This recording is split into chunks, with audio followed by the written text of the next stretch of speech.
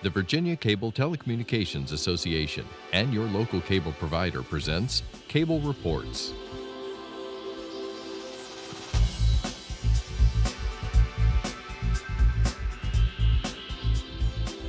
Join us now as Cable Reports brings you up to date on current issues facing the Commonwealth through discussions with your local legislators and other policymakers from across Virginia. From the General Assembly and the City of Richmond, I'm Woody Evans for Cable Reports, brought to you by the Virginia Cable Telecommunications Association and Comcast, connecting Virginians to their government. Please welcome Delegate Tony Wilt. Good to see you, sir. Good to see you again. Tell us a little bit about the district you represent and how the economy is faring there. Sure. Woody, I represent the 26th House District, which is the city of Harrisonburg and I like to say a fair portion of Rockingham County. I don't have the total county, but primarily northwestern and then down into a bit of part of the eastern side of the county. Now, is that off of I-81 essentially? Yes.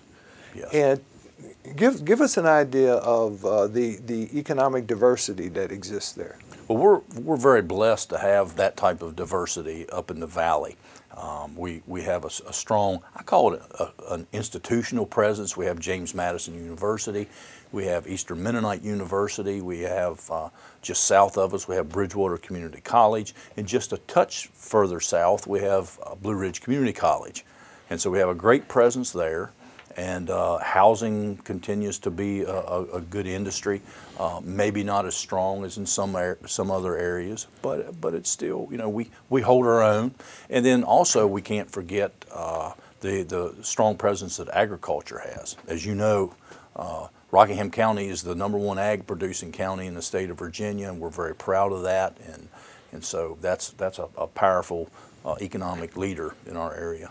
And that's one of the major committees that you serve on, agriculture, Chesapeake, and natural resources. Yes, yes it is, and I'm very proud. That was one of the things that I requested when I first came to the General Assembly, because agriculture is so important up home, to be able to sit on the Agriculture Committee, and the Speaker put me on that, and I've really enjoyed. It's very important to me and to my district. And of course, there are a lot of exports abroad that agriculture provides to the economy here in the Commonwealth. Oh, absolutely. And if I can go back to even Governor McDonald and now Governor McAuliffe, I mean, they've realized how important agriculture is to the state of Virginia. It's a great resource, and the revenue that it brings, it continues to grow. Again, under Governor McDonald, he started growing that. Governor McAuliffe has continued to build on that, having the trade agreements on ag products with other countries around the world, and so it's exciting. Those opportunities continue to rise for the farming communities in Virginia. It's a diverse, it's all kinds of products, so a little something for everybody. Well, give us an idea of that diversity. I assume there are a lot of different crops. I know we export a lot of soybeans to China, for example. Yeah, soybean and corn, that's another strong one. But some of the things that we're not even exporting, some of the things that we're growing, we're seeing, grape production. We see how the wine industry is continuing to grow and expand in the state of Virginia. That's exciting. Well, to make wine, you got to have grapes, so there's some efforts there to help folks expand the abilities to grow grapes. And another thing that's out there that we look forward, I think is going to be a benefit to us, is relatively new, is the hemp production. That's had a black eye over the years for for various reasons, but it is not marijuana. And so we've recently taken steps, started last year, and we continue to take measures to begin studying and then moving into the production of hemp for industrial and other commercial uses. And so those opportunities are out there, and I think we're all going to be pleasantly surprised at what doors that opens for us. I take it that you and other members of the committee work hand in hand with Todd Haymore, for example, who's the Secretary of Agriculture. Oh, absolutely. I mean, Secretary Haymore is an invaluable asset to all of us, to the state, really, because he's been on a lot of these trade missions, and he transcends even, as I mentioned earlier, Governor McDonald. So he has a long history in serving the state in that capacity, and to have that knowledge that's been going on for quite a number of years. He knows what went on last year and 2 years and 5 years ago, and that's invaluable when you're looking at trade options with other nations. He's been there, done that, and that's invaluable. It really is.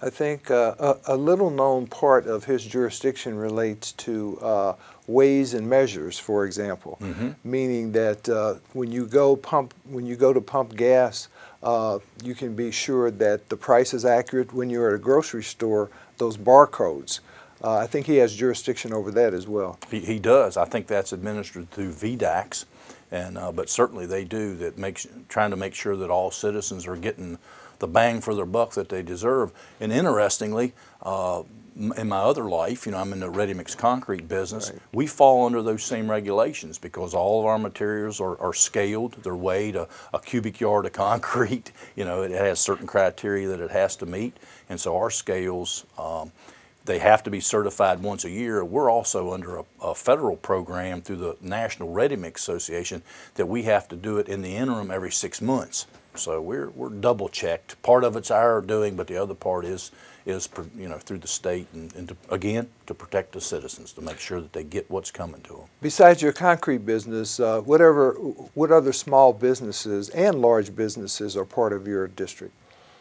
Oh, we have a large diversity of all types of small businesses. We're seeing micro businesses, if you will, especially I go back to the ag. Excuse me, the little farmers markets, those little niche markets that we see springing up. Those are exciting to see, and some of the more traditional businesses. A lot of it's, we don't have any big industry in our area, but a lot of it's commercial development and those types of things, and service-oriented industry. And so we are really fortunate in our area to have a great mix.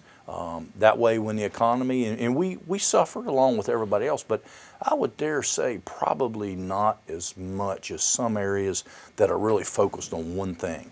Especially those areas of the Commonwealth that are dependent upon the federal government, for example. Exactly. So what about this Go Virginia initiative, which is an attempt to encourage more regional cooperation in terms of economic development? Yeah, that's exciting to see how that continues to develop, how that all comes together. But what we've learned thus far, what I've learned thus far, it's a great concept to be able to see public and private working together. But it all goes to the goal of economic development, creating jobs and creating opportunities for the citizens, better paying jobs, more jobs. And that's what we need. At the end of the day, that's what we need. You mentioned the federal influence on our state treasury and the battle that we've seen coming for a number of years, the whole idea of sequestration, the drawing back, if you will, of federal funds as it relates especially to defense, our national defense, and how that affects our whole northeastern borders, through Northern Virginia, Hampton Roads. I mean, that's huge, Woody, and so we've got to be proactive in trying to generate businesses that's going to generate the taxes that we're losing there, the monies that we're losing there, because the citizens, there's still basic needs that have to be met, and we've got to have a source of income, and so I think job creation has to be at the fore of everything we're about. What are some of the issues that you address as chair of the Chesapeake Subcommittee? Primarily, we deal with a lot of the environmental issues, water, air, any of those types of things that come through the General Assembly start in the Chesapeake Bay Subcommittee. And there seems to be an ongoing thing. There are even issues as down as finally as the different species of animals and that involve the water. Right. You know, right, we don't get right. involved in hunting deer, of course. That's another subcommittee in the full ag, but anything water and air pollution, but then also issues that affect the Chesapeake Bay, those types of things. And what about your membership on county, cities, and towns? What kinds of issues are dealt with there? Primarily local government initiatives? Yeah, it is. A lot of the local government things that they would like to do. You know, we're a Dillon rule state. What does that mean? That means that there's, you want me to put it plainly? Yeah, plainly. That's a challenge. There's certain rules that the localities have to go by, how they operate themselves, so that we can maintain somewhat of a unity throughout the state. Okay, so that there's a delicate balance that the localities can kind of do their own thing, but yet we got to keep some conformity so that a business that would be outside the state or outside the country would consider moving in, that they have the same rules in your area of Virginia as they do mine, within reason. And so that's kind of the bird's eye view of what that means. I guess, for instance, a locality generally can't impose a tax without authority from the General Assembly. Right. They may have leeway to adjust that tax a little bit, but to create a new one, yeah, oftentimes it has to come through the General Assembly. We have to grant that. And what about the other committee you serve on, militia, police, and public safety? That predominantly, I would, the names aptly describes what it does. A lot of public safety, some gun issues, a lot of those come through that. So I take it that you're pleased with the apparent agreement that's been reached in terms of the concealed carry permit issue that was initiated by the Attorney General about a month ago. Oh, absolutely. Yeah, it's very glad to see all the efforts that you know, the interested parties came. Obviously, everybody couldn't have a seat at the table, but I think both sides of the issue were well represented. They came together, they worked hard in what we like to call the Virginia fashion. They came together and reached a reasonable compromise on these issues. Both sides got something that they wanted, and both sides lost a little bit. So some would say that's a good deal at the end of the day, but I think overall it's very positive for the citizens of Virginia. You know, their right to protect themselves and protect their families. That to me is paramount to all other things, of the reciprocity agreements that we have with other cities. We talk about wanting folks to come here, the tourist dollars and so forth. But if we're forbidding, you know, a fair portion, half the nation to come here because we don't, they don't like our we don't have a reciprocity agreement with them, then that's kind of thwarting that tourism effort. So I think it's very important from a lot of different angles that this agreement was reached. Let's talk a little bit about some legislation you're sponsoring that will affect the trucking industry in terms of certifications. Talk to us about that and why that's important. Sure, I appreciate that. I'm carrying a bill, and it was received well in subcommittee yesterday, passed out unanimous. I'm happy, and I'm confident that it will continue to do so. Kind of the backstory of what we're facing is a shortage of truck drivers, commercial truck drivers in the state of Virginia, and I probably can say that that's the case throughout the nation. And so with that, we were already facing that, Woody, and then the federal government handed down some edicts, if you will, last year that took effect this July. And the net effect of that, they changed the way the testing happened, that predominantly at that time was done by the DMV. Well, these new federal regulations limited even what they could do at their facilities. So that from a practical standpoint, they went from, I think, 40 testing facilities down to 9. To 9. So it was all, there was already a waiting list. There's a reasonable waiting list in anything that you do, but even prior to the DMV faced a lot of challenges trying to meet the needs, but when this happened, it just blew them out of the water. So what I've done, I've created legislation that would allow community colleges that have a training program, okay, that they have a viable training program at their facilities that will allow them to be a third-party tester. The students that come through their school, then they can in turn test them in their proficiency, and then if they pass that, they'll be able to receive their certificate or what have you. I'm not, exactly what they give them, but that will be document enough to be able to then go to the DMV. DMV will issue them the commercial driver's license. And I believe a community college in your district has such a training program. It does. Blue Ridge Community College has for some number of years had a great program. I mean, it's renowned, the job that they do. You can ask any trucking. We've been the fortunate recipient of some of the drivers that have come through that program. As many of the other trucking businesses, we have a number of them in our area, and they've been the recipient of.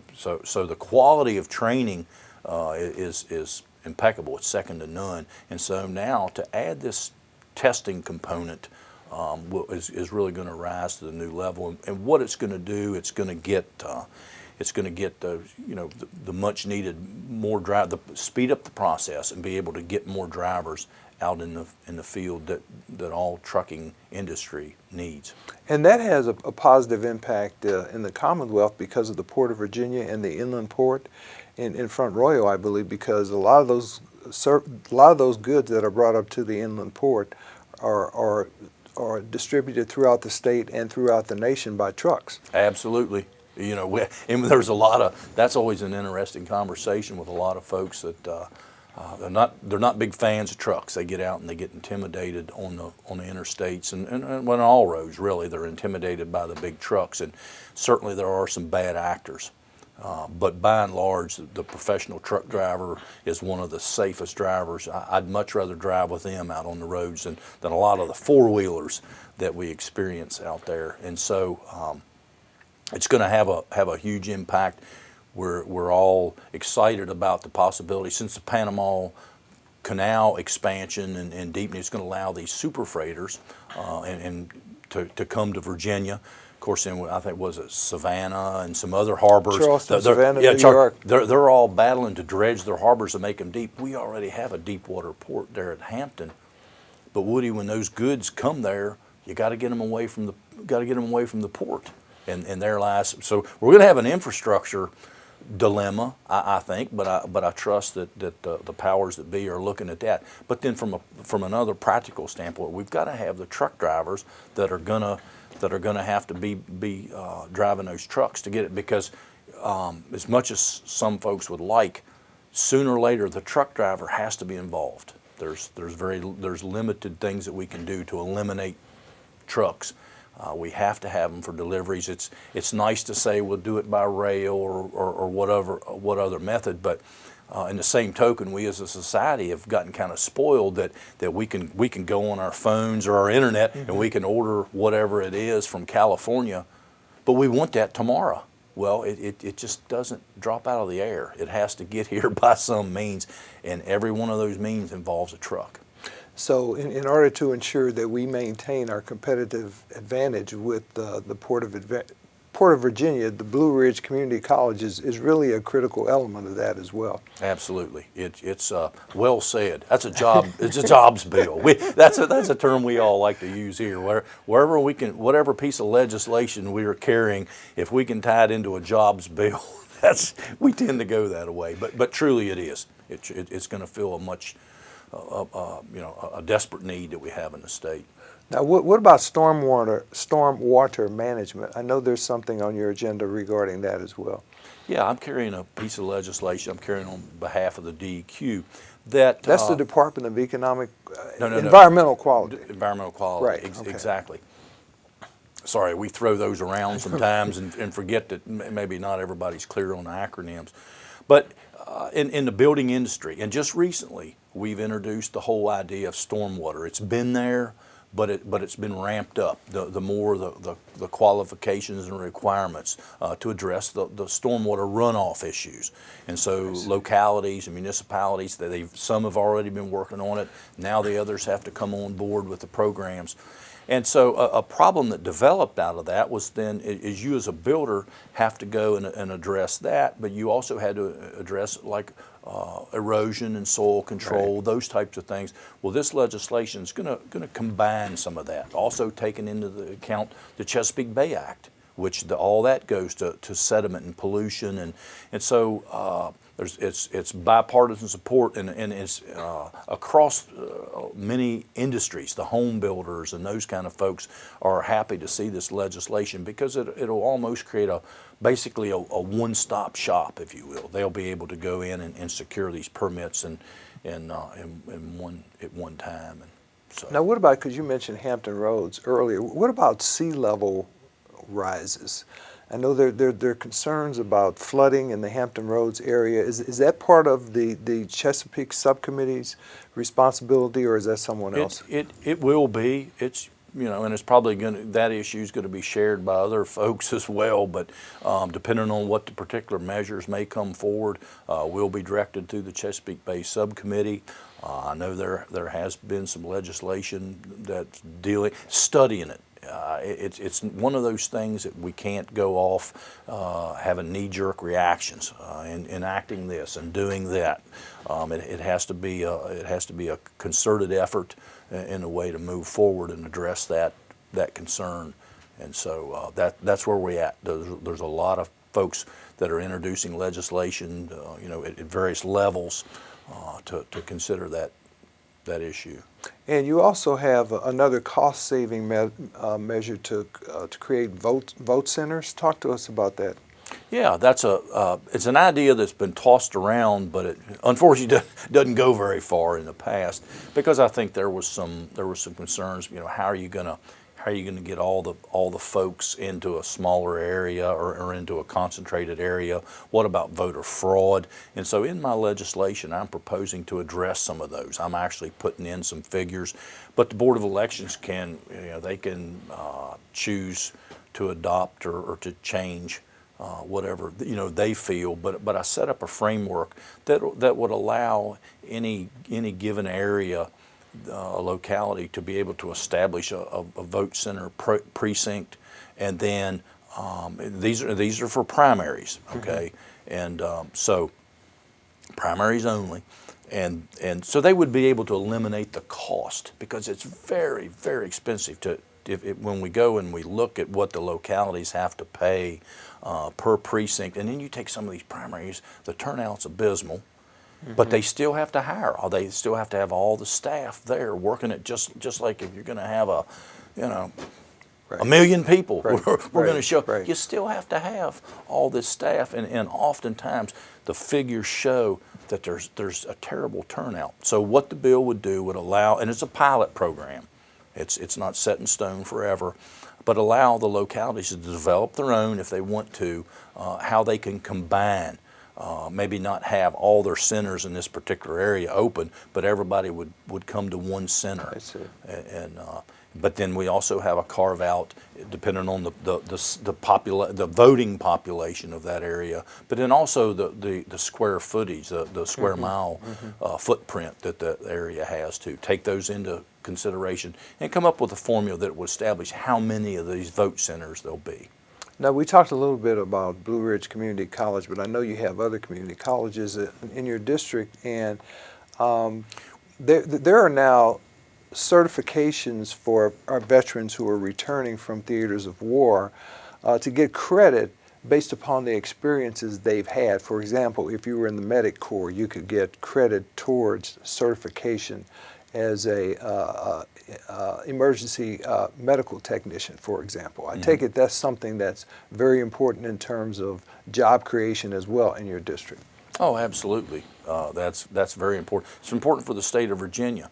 And I think another piece of that puzzle that's important for is what we're seeing today in the whole arena of healthcare. You mentioned the veterans. There's also programs like that for truck drivers, helping them Right. to make that transition from their service in the military when they come back stateside to be able to plug in and not have to jump through all the hoops that a person starting out green, so to speak. Having never done that particular job, they have to have this training and that. Our veterans, they were boots on the ground. They got it. They got their training, and oftentimes under fire. And so I think some of these measures are good steps to help incorporate them and get away from some of the bureaucracy. And certainly they need to be trained. They need to be qualified, but I think we can do both. And of course, we have the Virginia Values Veterans Programs, which tries to ensure that employers and veterans are married up, so to speak, so that those who are seeking job opportunities have the opportunity to get jobs. Mm-hmm. Yeah, that's very important, and actually that's a thing, the testimony that we need to continue to work on that. As we talked earlier about our business and trucking, we've tried to make those connections, and it's not as easy as it sounds. There are definitely challenges there, so absolutely anything that we can do to continue to foster that operation, if you will, to connecting the veterans to the jobs and vice versa, because there's a lot of employers that are looking for a wide range of employees that our veterans can fill, but it's somehow we get lost, things get shuffled and lost in the paperwork. So we need to clear that road up, that path, and get our veterans linked with the jobs that they're qualified for. And I understand that there are 2 new Veterans Service Centers in the budget this year, one in Hampton Roads and one in Northern Virginia, to take care of the needs of our veterans. Exactly. That's something. It's a huge investment, but Woody, when we call on these men and women to go and to give up walk away from their families, walk away from their jobs, walk away from their lives as they know it, and go and risk life and limb to go and to serve our nation, it's the very least that we can provide when they come home, to give them those types of services that they need. Are you hearing much from teachers, parents, and even young students about the continued need to reform the standards of learning? For the last couple of years, there's been a lot of discussion around that issue. Mm-hmm. And we've made some improvements there. And so the comments I've heard overall have been positive. The educators, the parents, by and large, the teachers I talk to, they're not afraid of standards. They say, bring them on. We don't mind being graded on the job that we do. But you got to have a level playing field. You got to have a reasonable set of standards, and they have to be acquirable. And you can't put all these stipulations on us. And so I think what we're seeing now is that pendulum that maybe back how many decades ago that we're over here as far as some of these issues. No Child Left Behind was acted at the federal level. I think the pendulum swung way over here. Okay, and what we're seeing now is that pendulum coming back through the interactions of legislators, through the educators, and all those parties coming back together and saying, let's see what really works, because ultimately we need that proper education for our children. Great. Thank you for being here, Delegate Tony Wilt. Thank you, Woody. Thank you for watching Cable Reports, brought to you by the Virginia Cable Telecommunications Association and Comcast. Until next time, I'm Woody Evans.